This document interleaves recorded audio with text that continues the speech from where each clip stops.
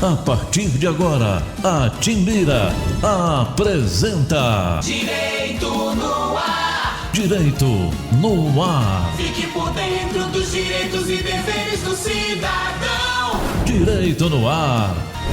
Na Rádio Timbira. No ar, Heraldo Moreira, comunicando. Olá, meus amigos e minhas amigas do Direito no Ar, programa que é fruto da parceria entre a Rádio Timbira, a Associação dos Magistrados do Maranhão e o Instituto Mérito. A Rádio Timbira, você sabe, é a emissora oficial do Estado do Maranhão, sendo vinculada à Secretaria de Comunicação Social, cujo secretário é o jornalista Ricardo Capelli. O diretor-geral da Timbira é o também jornalista Robson Paes. A Associação dos Magistrados do Maranhão é presidida pelo juiz Olídice Barros e tem como diretora de comunicação a juíza Marcela Lobo. O Instituto Mérito divulga em seu perfil no Instagram eventos acadêmicos e humor jurídico. Os eventos servem para aqueles que precisam de certificados de atividades complementares para fins de graduação. Lembramos que o Direito no Ar é gravado e sempre tem, em seu primeiro bloco, entrevistados falando sobre um determinado tema de interesse dos nossos teleouvintes. Hoje iremos tratar aqui no programa Direito no Ar do tema Direito Ambiental e Advocacia. E para isso a nossa convidada é a advogada e professora, especialista na área do direito ambiental, Lorena Saboia. Professora Lorena, minha querida, é um privilégio, uma satisfação tê-la conosco no programa Direito no Ar de hoje e para falar sobre um tema que, além de ser extremamente importante, eu sei que lhe é muito caro, lhe é muito querido, né? A senhora vive e respira o direito ambiental, é uma das referências do nosso Estado nessa área. Agora, tradicionalmente aqui no programa Direito no Ar, antes da gente começar efetivamente a entrevista, a gente costuma saber um pouco mais da pessoa do entrevistado, até para que a história de vida da pessoa possa inspirar, né? Servir de inspiração para alguém que eventualmente está nos acompanhando. Então, professora Lorena Saboia, por que a advocacia, por que o magistério superior? Professor Heraldo, primeiro eu gostaria de agradecer imensamente ao convite, estava assim, muito ansiosa por esse momento, era um sonho para mim estar aqui, viu, professor? É uma honra enorme, a sua credibilidade, toda a sua história também, todos os profissionais que por aqui passam, sem dúvida alguma, né, devem fazer essa referência, e é uma honra, estou sempre à sua disposição, e também uma grande alegria, né, tratar de um assunto que realmente me é muito caro, que é o direito ambiental, que eu venho me dedicando há quase 2 décadas, com ações, né, diversas na advocacia, na docência, enfim. Então, é uma honra enorme, professor, muito obrigada. Falando rapidamente sobre o porquê, né, da minha escolha.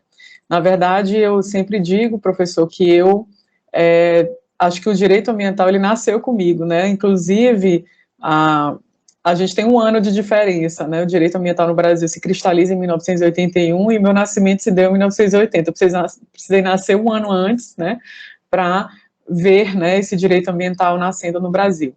E desde muito pequeno eu sempre tive uma relação muito forte com a natureza, com os elementos, com os animais, era diferente, né, das crianças da minha geração, talvez pela a influência dos meus pais, né, um paraense e uma cearense, que também tinham essa relação muito forte com a questão ambiental, e durante o meu crescimento, a minha vida, inclusive a entrada, né, na academia, no direito, me fez realmente linkar, né, o direito com a questão ambiental na escola, né, a biologia sempre foi a minha disciplina de preferência, e quando eu ingressei no curso de Direito na Universidade de Selma, tenho muito orgulho de dizer isso, que é a universidade também que eu ministro aulas há 13 anos, tive, né, oportunidade na época, em 1998, mais ou menos, 1999, primeiro contato com o direito ambiental num congresso que eu participei, a professora Cristiane Dairani foi uma das grandes incentivadoras, né, sem saber a época, dessa abertura dentro da minha história, da minha carreira do direito ambiental. E desde então, professor, me dediquei, a minha monografia do curso de Direito eu estudei, né, uma área muito importante aqui para o Maranhão, que são as zonas úmidas de importância internacional. O Maranhão tem 3 áreas de importância internacional, essas áreas estão listadas numa conferência internacional, que é a Baixada, as Reentrâncias e o Passeio de Manuel Luiz. Eu estudei esse assunto na época da graduação. Em seguida, eu sigo para Brasília, faço uma especialização em Direito Ambiental e Recursos Hídricos, uma das primeiras, pioneiras no Brasil. À época não existia, né, modalidade online, enfim, a gente tinha que se deslocar aos lugares para fazer os cursos. E eu tive também a oportunidade lá em Brasília, já muito apaixonada pelo direito ambiental, muito envolvida em trabalhar no Ministério do Meio Ambiente, em uma organização não governamental que até hoje desempenha um trabalho muito importante no Brasil e no mundo, que é a TNC. De lá, volto a São Luís e começo uma história muito importante aqui no Maranhão, dentro do direito ambiental. Inicio meu mestrado na UFMA em Saúde e Meio Ambiente e, ao lado disso, começo a trabalhar na advocacia e também exerci cargos nos órgãos ambientais, né?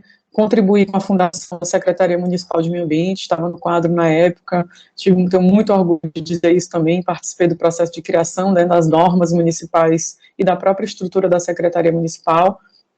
Depois disso fui para o Estado, participei do corpo lá, de técnicos da Secretaria de Estado do Meio Ambiente, também tenho muito orgulho dessa trajetória, e também, em 2015, ingresso no doutorado em políticas públicas, né, na Universidade Federal do Maranhão, que acabou casando muito bem com toda essa história que eu já vinha, essa trajetória, né, que eu já vinha construindo, porque acabou que eu me envolvi muito com as políticas públicas ambientais, não só com a advocacia, não só com a docência, né, a docência desde 2009 eu iniciei, logo após a conclusão do mestrado eu iniciei na Universidade de Seul, e eu pude, né, juntar toda essa experiência pública, privada, dentro da advocacia pública, dentro da advocacia privada, da docência, também nas políticas públicas ambientais. E hoje estou aqui para falar um pouquinho dessa história. Realmente, uma história, para quem já sabe, né, rica e inspiradora. Professora Lorena, e o que seria exatamente a advocacia ambiental? Bem, a advocacia ambiental é muito importante a gente colocar isso, professor, porque ainda em sala de aula a gente observa isso, né, a gente ministra essa disciplina já no final do curso, mas os alunos acabam ainda tendo muita dificuldade de compreender de que maneira esse advogado, como é que ele atua, enfim.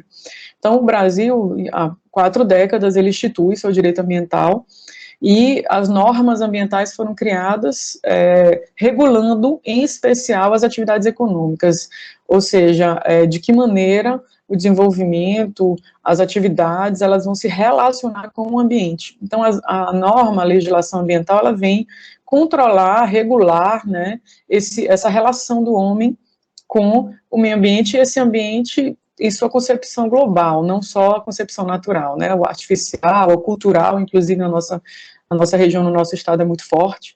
Então, essa relação do homem com esse ambiente como um todo. E o profissional da área do direito ambiental, ele vem, né, trazendo segurança jurídica a essa relação, para que essas normas, elas de fato sejam muito bem aplicadas, para que haja uma estrita obediência ao princípio da legalidade, para que os empreendimentos, de fato, eles se encaixem, se enquadrem no que essa legislação coloca, e ao mesmo tempo para que haja razoabilidade nesse processo, né, nessa relação entre o homem e esse ambiente. Então, é muito comum o advogado que é especializado na área ambiental, ele atuar junto ao setor produtivo, junto aos empreendimentos, né, auxiliando esses empreendimentos, por exemplo, nos processos de licenciamento ambiental, muito comum isso acontecer. Uma empresa, por exemplo, ela vai se instalar aqui no Maranhão e ela necessita retirar sua licença ambiental, né, que autoriza o seu funcionamento. E o advogado, ele é muito importante nesse processo, porque ele que vai conferir toda a legalidade a esse processo, para que essa licença ela saia dentro da estrita legalidade, e ao mesmo tempo, professor, é uma coisa que eu sempre coloco, o advogado da área ambiental ele tem um papel muito importante, porque ele acaba sendo também um ator, né, um sujeito garantidor desse ambiente equilibrado, no momento em que ele coloca, né, que ele propicia que essas empresas, esses empreendimentos, eles estejam dentro da legalidade. Então, há um mito muito grande de que o direito ambiental, as normas ambientais, elas impedem o desenvolvimento, impedem o crescimento. Eu sempre discordo dessas expressões, né? Pelo contrário, na minha opinião, quem imagina ou quem pensa dessa maneira é porque está mal assessorado, né? Porque quando você realmente tem uma boa assessoria, tem um bom acompanhamento de um bom profissional especializado na área, você, sem dúvida alguma, vai desenvolver muito bem, até muito melhor, né? Dentro, né, do que a lei exige, e com toda a cautela e o princípio da prevenção, que é um dos princípios norteadores do direito ambiental, sendo estritamente cumprido. Perfeito. Professora Lorena, claro que dentro das múltiplas possibilidades que a gente tem das carreiras jurídicas, né, a única que tem uma maior proximidade com o direito ambiental não é a advocacia, né? Que outras possibilidades o formando de direito pode enxergar para atuar com o direito ambiental? Perfeito, perfeito essa pergunta também. Eu sempre coloco isso também nos primeiros dias de aula, quando estou tratando de direito ambiental. A advocacia é uma grande possibilidade. Dentro da advocacia, é importante falar isso também, nós temos os dois aspectos, né, professor? Principalmente na área ambiental, a gente atua muito na advocacia preventiva. A advocacia de consultoria, o empreendimento ele vai se instalar, por exemplo, ele quer ouvir de um profissional a viabilidade ambiental daquele empreendimento, jurídico-ambiental, você vai lá e confere um parecer, confere segurança jurídica para aquele empreendimento. Já aconteceu diversas vezes na minha história profissional situações como essa, né, você não necessariamente tem que atuar judicialmente, mas acontece também da atuação judicial também muito comum, defesas, né, em ações civis públicas, por exemplo, ou até discussões ambientais que acabam sendo levadas ao judiciário. Mas, fora isso, hoje a maioria dos concursos públicos exige uma formação um pouco mais aprofundada no direito ambiental, magistratura, concursos para o Ministério Público, né, ingresso na carreira de promotor de justiça, a maioria dos concursos também voltados a analistas ambientais, analistas jurídicos, né, também exigem que o profissional ele tenha o mínimo, né, de conhecimento na área ambiental. A maioria das provas de concurso hoje, as disciplinas, elas acabam sendo tratadas de maneira multidisciplinar, né. Uma questão, por exemplo, ela acaba envolvendo diversas áreas. É muito comum você pegar uma questão de concurso, OAB ou qualquer outro concurso público e que envolva direito ambiental, com direito penal, direito administrativo, constitucional, todos na mesma questão, por exemplo. Então, o aluno ou aquele concursando, ou melhor, aquele que está se submetendo, né, ao processo, ele acaba, às vezes, perdendo uma questão por falta do conhecimento na área ambiental. Fora essa questão de concurso, a gente tem também sempre, né, professor, nossa possibilidade do magistério. A área ambiental, ela propicia isso, a nossa participação, né, dentro da academia, que isso, sem dúvida alguma, é sempre importante falar. Nós temos pouquíssimos profissionais especializados nessa área aqui no estado do Maranhão, e às vezes as universidades acabam, né, sentindo um pouco isso, essa falta, né, desses profissionais especializados em uma disciplina tão importante como é o direito ambiental.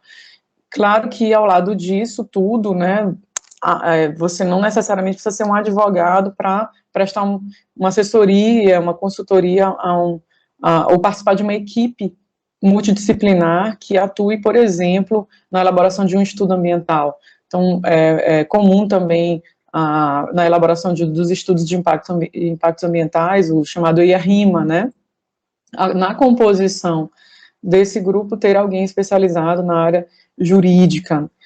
E também, eu sempre coloco isso, que é algo que eu também sou muito demandada, que o direito ambiental ele também tem uma veia muito forte, que é o direito urbanístico. Eu considero que o direito urbanístico esteja dentro do direito ambiental, por conta do direito ambiental, ou melhor, do meio ambiente artificial.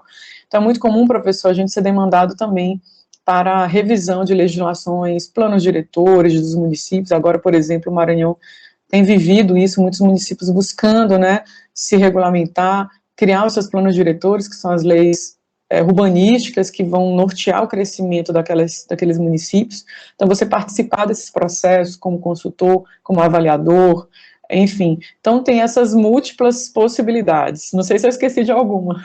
Acredito que não, acredito que a senhora tenha falado de todas. E só a título de ilustração, esse mercado da docência sobre o direito ambiental, de fato, me parece muito restrito, especialmente aqui, né, em São Luís. Eu, particularmente, obviamente que devo estar desatualizado, mas só conheço 2 pessoas que lecionam essa disciplina, a senhora e o Salvo Gino. Não sei se há mais alguém que leciona, inclusive na própria instituição que trabalhamos, na Universidade de Selma, porque de fato precisa ter a paixão e o conhecimento, né? Porque é uma área muito específica e muito cheia de detalhes.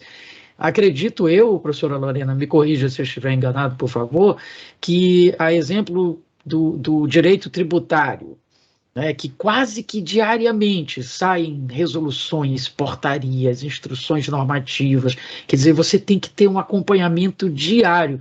Eu imagino que seja assim também no direito ambiental ou não? Também.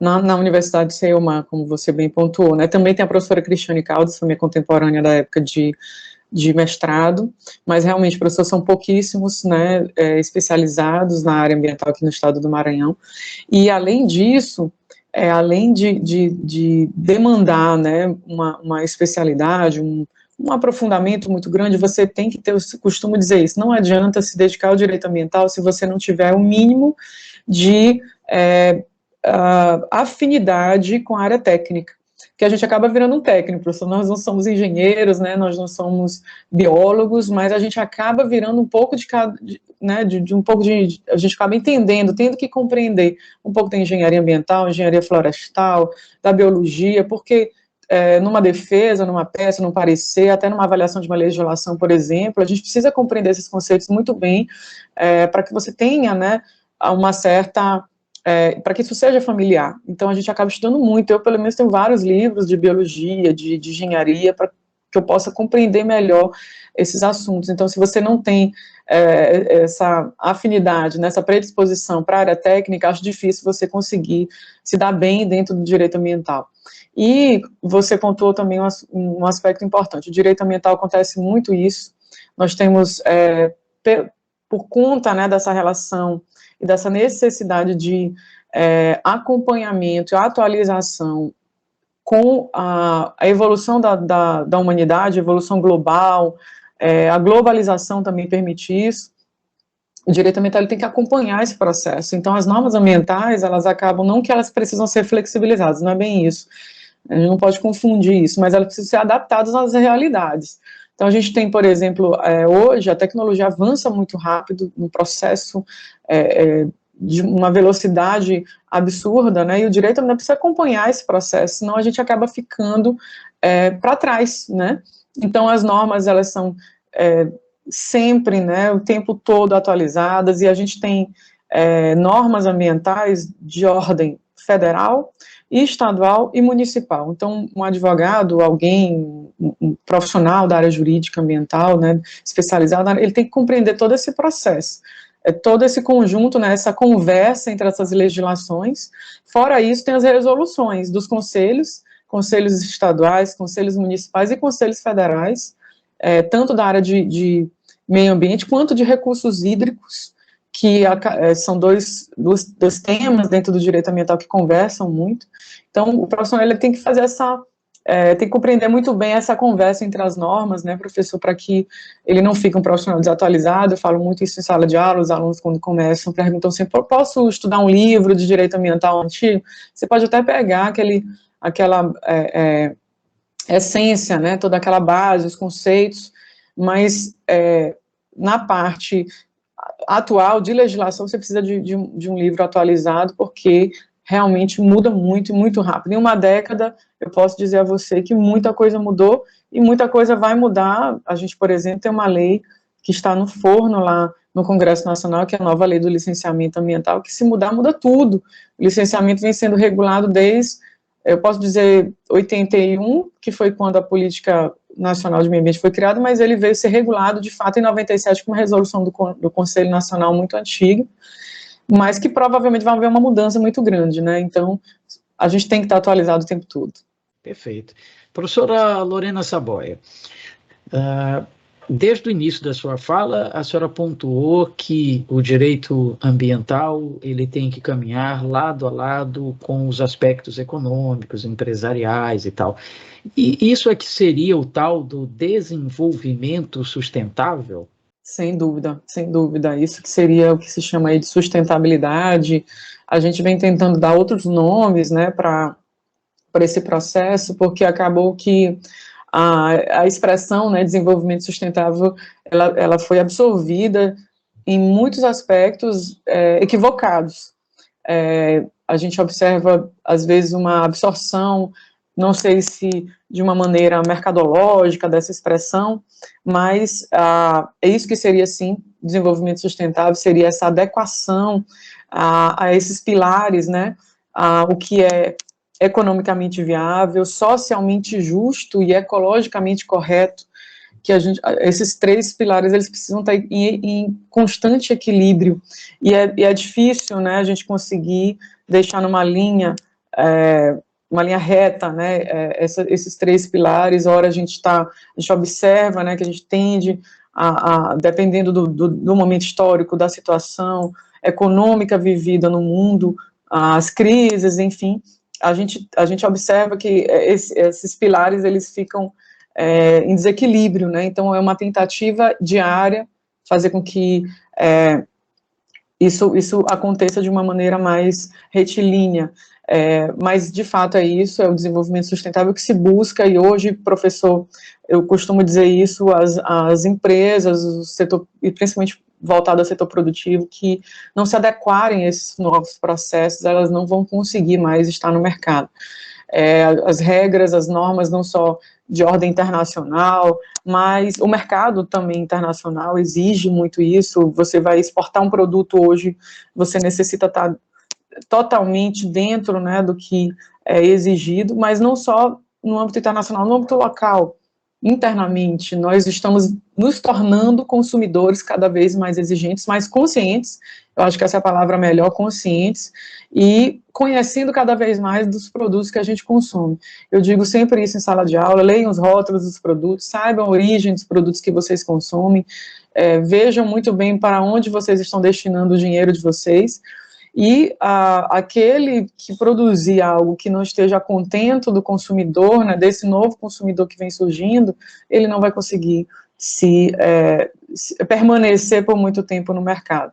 Hoje a gente fala também numa sigla que está aí no momento, que é a chamada ESG, né, ESG, que em inglês, né, Environment Social Governance, que significa que a governança ambiental, ela precisa estar presente em todos os aspectos da sociedade, dentro do setor público, dentro do setor privado, na vida e no cotidiano dos cidadãos. Então, basicamente esse processo. Então, veja como é importante, professor, a participação de alguém especializado na área do direito ambiental, um advogado que vai atuar, que vai mostrar para esse cliente o quanto é importante ele investir em ações ambientais, investir em práticas não só da produção, mas até internas dentro da própria empresa, o quanto que isso vai trazer de benefícios até econômicos, né, para esse possível empresário, por exemplo.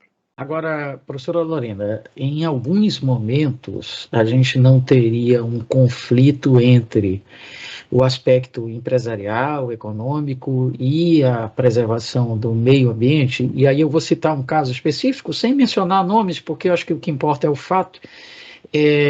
Um empreendimento imobiliário aqui em São Luís, do Maranhão, que pretendia construir numa determinada área, só que nessa área tinha algumas palmeiras de babaçu, e as palmeiras são preservadas, e aí mudaram a legislação para que fosse permitido o empreendimento.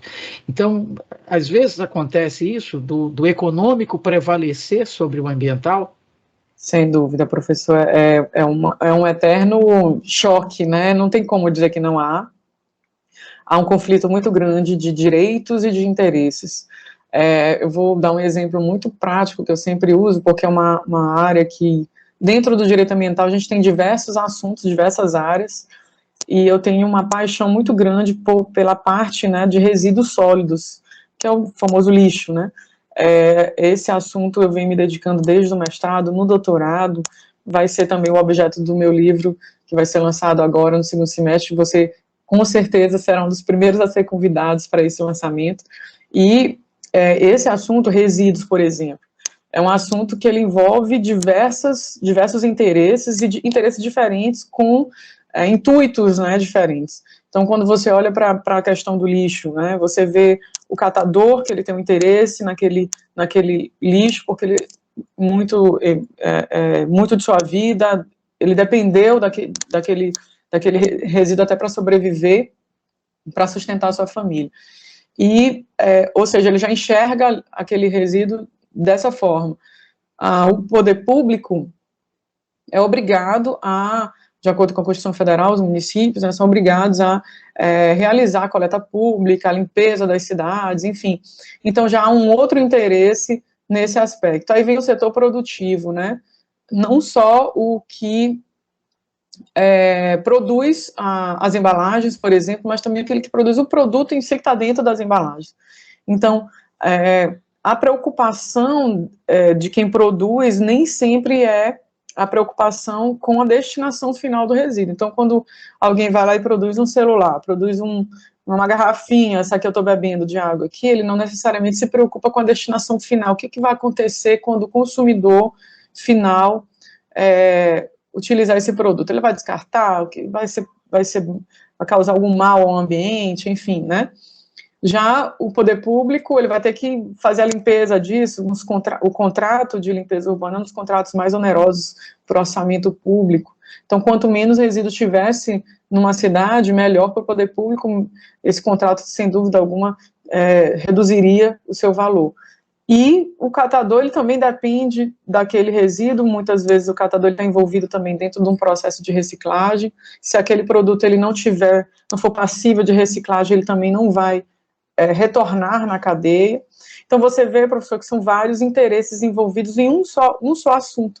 Então, isso é muito comum dentro do direito ambiental, esse choque, né, entre o setor produtivo, entre o econômico e aquele mito que eu falei no início, né, de que o direito ambiental, ele impede o desenvolvimento. Pelo contrário, não há como mudar esse cenário, não vejo como mudar, a gente precisa desenvolver, a gente precisa evoluir, e, infelizmente, a gente precisa usar os bens, né, ambientais que estão à nossa disposição. A própria Constituição garante que a gente use os bens ambientais, eles estão à disposição de todas as espécies, não só do homem, mas é preciso que haja razoabilidade, é preciso que haja racionalidade no uso desses recursos. Então, esse que é o grande monte aí, né, o núcleo, a razoabilidade, a racionalidade e o desenvolvimento sustentável, a própria Convenção Americana dos Direitos Humanos conceitua como sendo um desenvolvimento que garante para gerações futuras o usufruto desses bens, né? Então, esse que é o grande desenvolvimento sustentável, a gente deixar para que as gerações futuras, elas possam também usufruir dos bens ambientais, da água pura, do ar, enfim, de todos esses bens que estão disponíveis, da mesma forma que nós usamos. Mas é um desafio enorme, né, professor, é um desafio muito grande, eu tenho ciência disso, mas isso não me desanima. Eu sempre falo em sala de aula dados muito alarmantes, mas a gente tem progredido, isso me anima. Nesses duas décadas que eu me dedico ao direito ambiental, eu tenho visto uma evolução, eu tenho visto bons resultados, eu tenho visto a gente caminhando para um novo mundo, e eu não vou perder minhas esperanças, né? Claro. Professora Lorena, já me coloco à disposição para participar do lançamento da sua obra, com toda certeza, vai ser um privilégio, e já fica aqui o agendamento prévio para a gente falar sobre essa obra, num futuro programa, numa nova entrevista, para a senhora detalhar que conclusões, né, que dados a senhora conseguiu obter nessa obra. Infelizmente, o nosso tempo chegou ao fim, né? O tempo aqui é uma matéria que a gente não, uma matéria-prima que a gente não tem como ser infinita, né? Gostaríamos, até porque a conversa é muito gostosa, muito agradável, muito enriquecedora, mas infelizmente temos que finalizar. Então, só queria lhe agradecer mais uma vez e lhe deixar espaço para suas considerações finais. Professor Heraldo, eu que agradeço, é sempre para mim um grande privilégio, uma grande honra falar sobre direito ambiental, que eu sou tão apaixonada, né, e poderia falar aqui o dia inteiro, mas realmente o tempo é um bem ambiental finito como todos os outros, né, porque não existem bens infinitos, todos são finitos, mas foi uma grande honra, espero ter esclarecido ao público um pouco sobre esse assunto, espero ter também incentivado colegas recém-formados, jovens, estudantes que estão aí querendo se especializar em alguma área, às vezes tem aquela afinidade com o direito ambiental. Sempre fico muito feliz quando eu ministro minhas disciplinas e ao final do curso os alunos voltam para mim e dizem, eu vou seguir a carreira ambiental. Para mim não existe melhor, né, feedback do que esse, fico muito feliz, quanto mais pessoas atuando nessa área, melhor.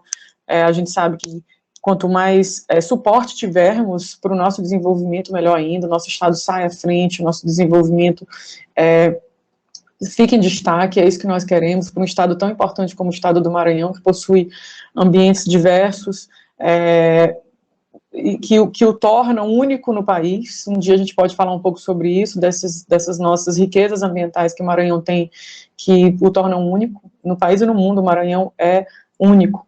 E espero ter contribuído nesse processo, agradeço imensamente, como disse no início, para mim é uma honra, o professor estava esperando ansiosamente por esse momento, estar diante de você, que é um profissional que eu tanto admiro, tenho um respeito enorme, uma honra tremenda estar aqui, e fico à sua disposição para retornar quantas vezes forem possíveis. Fico muito feliz com o convite para falar aqui do meu livro. Vamos falar só sobre resíduos sólidos, vai ser maravilhoso. Podemos fazer um balanço, né, de como está isso no mundo, no Brasil, no Maranhão e em São Luís. E fico à sua disposição. Muito, muito obrigada e um abraço a todos que ouviram. Tenham um dia maravilhoso. Certamente, nós agradecemos, já lhe disse várias vezes, vou repetir aqui publicamente, sou seu fã, é um privilégio conversar com a senhora. E aí já agendou uma terceira entrevista, que é para falar sobre essa perspectiva única do Estado sobre o ponto de vista ambiental. Isso. Então, conversamos com a advogada e professora universitária Lorena Saboia sobre direito ambiental e advocacia. Faremos agora um rápido intervalo, mas logo estaremos de volta com o seu Direito no Ar. Continue conosco. Estamos apresentando Direito no Ar. Direito no Ar. Fique por dentro dos direitos e deveres do cidadão. Direito no Ar. Na Rádio Timbira.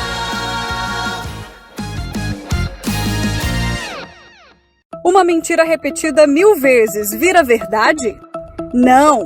É falso que o Supremo tenha tirado poderes do presidente da República de atuar na pandemia. É verdadeiro que o STF decidiu que União, estados e prefeituras tinham que atuar juntos, com medidas para proteger a população.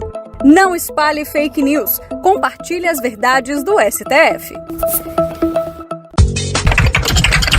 youtube.com/TV Timbira. Acesse e acompanhe a programação da Nova 1290.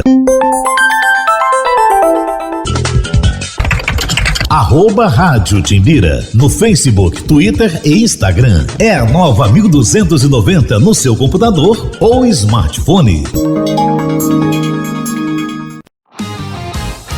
Estamos de volta. Direito no Ar. Direito no Ar. Fique por dentro dos direitos e deveres do cidadão. Direito no Ar. Na Rádio Timbira.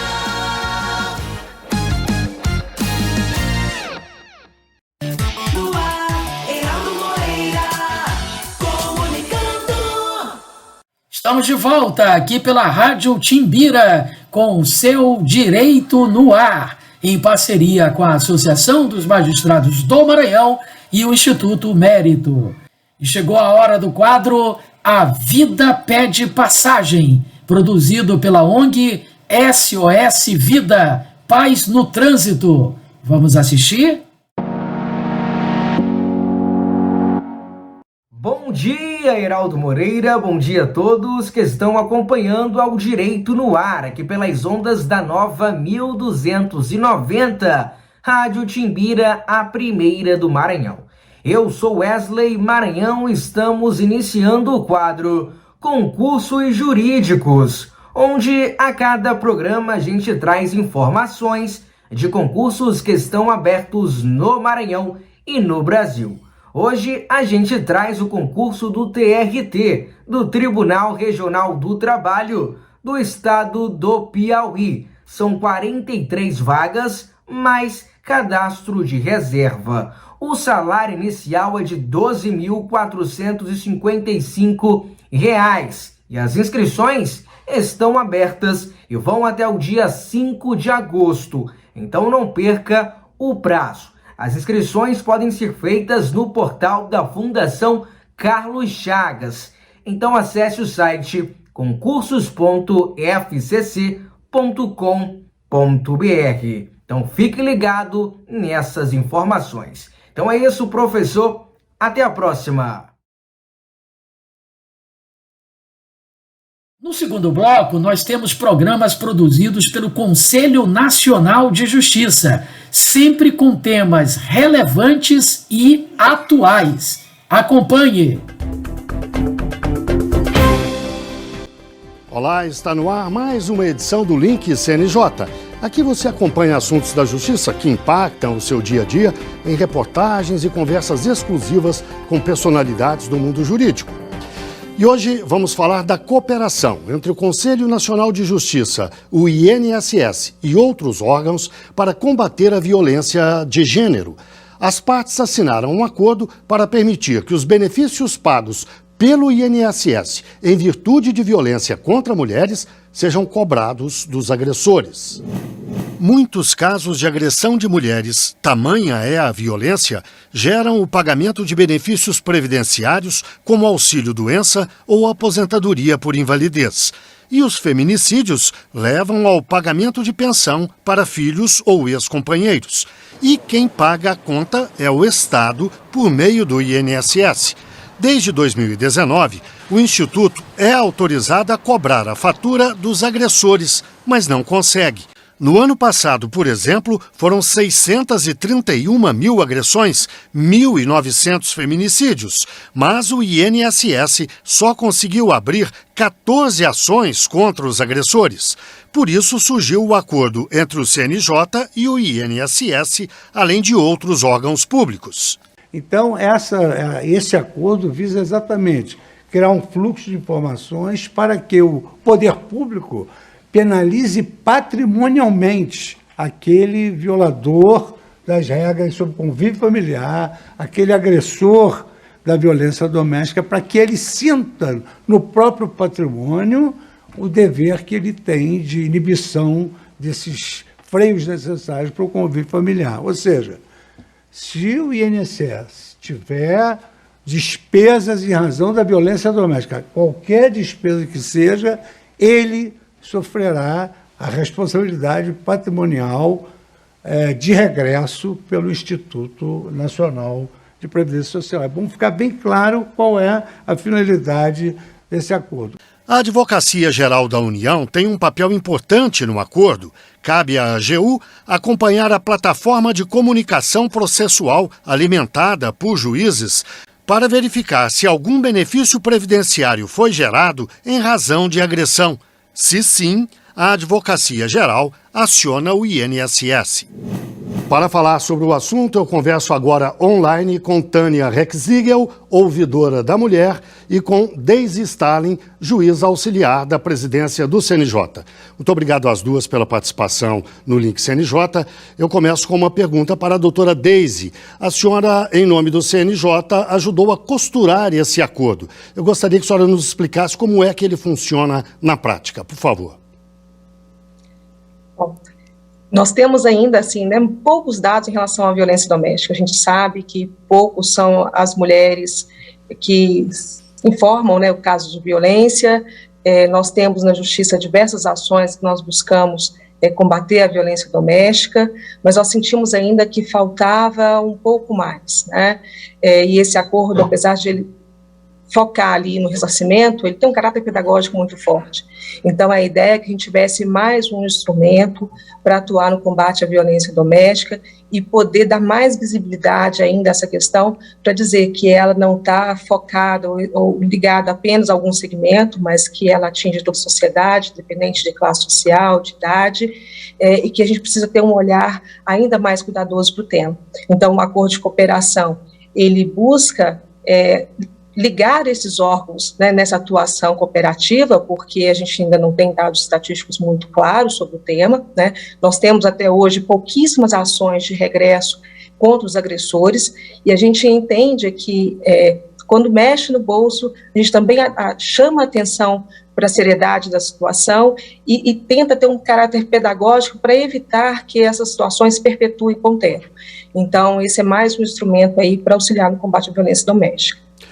Doutora Tânia, pode parecer um pouco óbvio, mas eu gostaria que só nos ajudasse a explicar melhor por que se justifica cobrar do agressor os benefícios que, eventualmente, o Estado tenha que pagar às vítimas, às mulheres agredidas.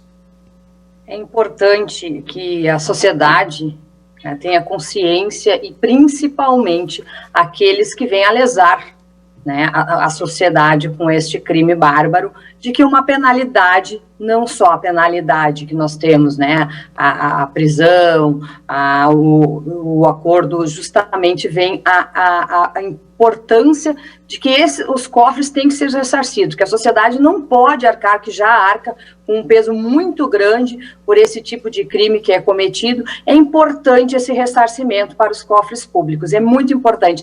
Nós sempre sabemos que as multas, que toda forma que... É triste, mas quando mexe no bolso, exatamente, isso parece que, assim como as infrações de trânsito, aí elas parecem que elas diminuem. Então, é mais uma forma de tentar diminuir a violência doméstica. Doutora Deise, eu citei o INSS, o CNJ, mas também o Ministério Público. Eu gostaria que a senhora nos falasse um pouco mais sobre as partes que articularam o acordo e o papel de cada um desses órgãos nesse trabalho. Bom, primeira coisa que eu acho que é importante destacar foi isso, né? Foi um acordo que reúne diversos órgãos e que mostra, assim, que nós estamos todos aí empenhados em combater a violência doméstica, né? Então, nós temos aí a AGU, né, que é a responsável pelas ações de ressarcimento. Então, é importante dizer que, assim, imagina para uma situação, né, da família da vítima e que ela ainda percebe que o agressor, ele ainda se beneficia com a morte da vítima. Então, acho que essa ideia do ressarcimento, ela vem com uma carga de justiça social muito forte. Então, a AGU, ela entra com as ações de ressarcimento. O Ministério da Mulher e da Família também participa de uma troca de informações, né, de compilar esses dados estatísticos e poder, a partir disso aí, criar políticas públicas no combate à violência doméstica, né. Nós temos o Ministério da Justiça também com esse mesmo enfoque, e o INSS, o Ministério da Previdência. Então, é um acordo, assim, que ele sinaliza para a união de esforços dos diversos entes do poder público, do executivo, do legislativo, do judiciário, e em criar políticas mais claras e mais eficientes de combate à violência doméstica. Doutora Tânia, e a ouvidoria, como é que pode participar desse trabalho?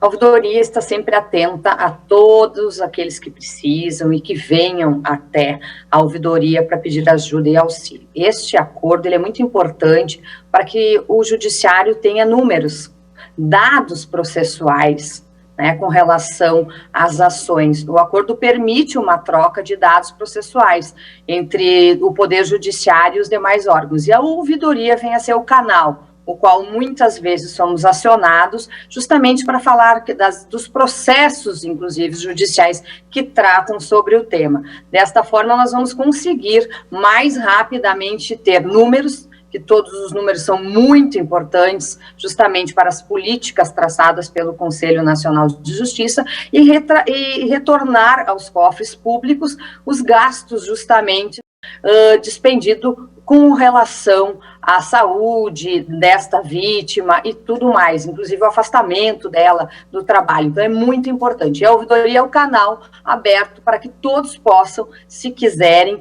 acionar o Conselho Nacional de Justiça através da ouvidoria, pode ser por telefone, pode ser por e-mail, pode ser presencialmente no Conselho Nacional de Justiça. É muito importante essa troca e este canal com as vítimas e com a sociedade.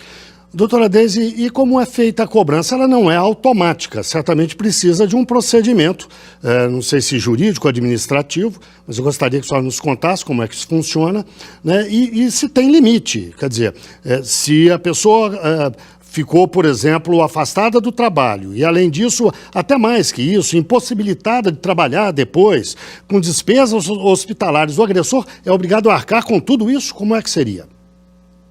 Isso, acho que nosso primeiro grande desafio é identificar essas situações, né? Num primeiro momento, a gente não tem muito claro, quando uma vítima de feminicídio, por exemplo, que o benefício foi concedido em função disso. Então, o nosso primeiro desafio ele é antecedente mesmo até a ação de cobrança. É a gente identificar quais casos seriam passíveis de cobrança. Então, uma das previsões desse acordo é permitir que esse comunicado ele seja feito de forma automática, para não ser mais uma atribuição do magistrado para a União, né? Então, que ao juiz, ao proferir uma sentença, uma decisão, deferindo algum benefício ou algum encargo para o INSS, que essa decisão ela seja comunicada à AGU, né, porque a partir daí ela possa analisar se é um caso de uma ação de cobrança de ressarcimento. E sendo, né, não há previsão de limite. Então, vamos imaginar numa situação em que foi concedida uma pensão. Às vezes, o próprio agressor, ele recebe a pensão, não só os filhos, dependendo da situação, né? Então, abre a possibilidade dessa pensão em relação a ele ser cessada e a pensão que é devida aos filhos ser cobrada dele numa ação de reparação, de ressarcimento. Então, não há um limite, é só uma análise se aquele benefício ele foi concedido decorrência de uma condenação por ato de violência doméstica. E, doutora Deise, o acordo já está em pleno vigor, ou não? Ele depende de alguma medida a mais? Nós estamos agora fazendo uns ajustes no sistema processual, né? A partir de hoje, a gente tem toda uma revisão do processo eletrônico do Poder Judiciário. Nós temos no Brasil vários sistemas de processos eletrônicos e quando a gente começou a tratar do acordo, a gente tinha uma dificuldade já de plano com isso, né? Cada tribunal tem um sistema diferente. Com a criação da plataforma digital do Poder Judiciário, esse obstáculo já foi superado. Então, o que nós estamos fazendo agora é um ajuste para que todos os tribunais possam comunicar automaticamente, sem precisar de fazer grandes alterações nos seus sistemas, e isso chegue diretamente à União. É um período curto, né, considerando já esse movimento do CNJ do Programa Justiça 4.0, então a gente está só nessa fase agora, desse mês de julho, de fazer esses ajustes para ele possa começar a valer logo em agosto. Doutora Tânia, a ouvidoria é relativamente recente, foi instituída agora em 8 de março, Dia Internacional da Mulher, se eu bem me lembro. A senhora é a primeira ouvidora, mas não foi aí que começou o trabalho do CNJ de combate à violência contra a mulher. Eu pediria que a senhora nos ajudasse a relembrar um pouco, fazendo um histórico mesmo do trabalho do CNJ nesse sentido. Ótimo, Guilherme. O CNJ tem se preocupado e tem muitas ações além da ouvidoria.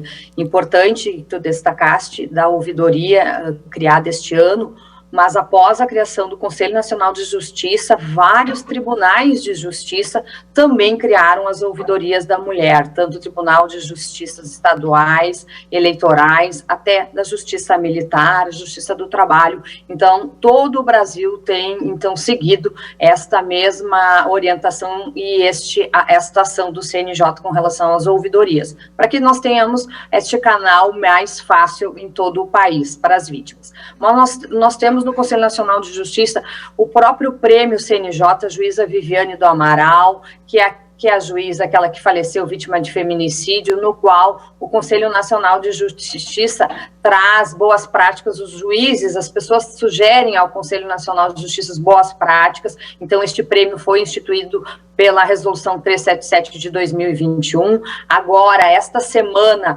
a campanha Sinal Vermelho completou 2 anos, a campanha Sinal Vermelho de ação efetiva, que foi a portaria número 70 de abril de 2020. Então, o Sinal Vermelho este ano completa 2 anos de uma campanha bem sucedida também, em parceria com a AMB.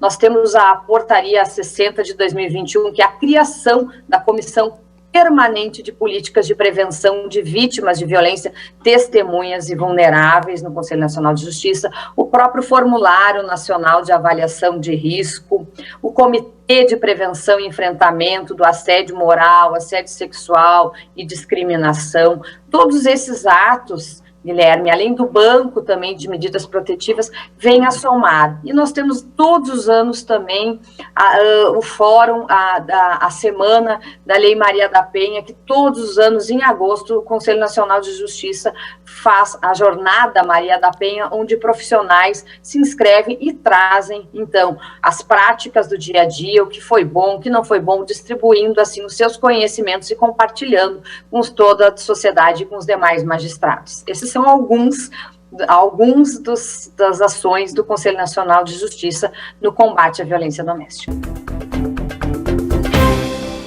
E a gente lembra que, caso você queira participar do nosso programa, apesar dele ser gravado, você pode fazê-lo com suas críticas, dúvidas ou sugestões pelo nosso e-mail amaimprensa@gmail.com.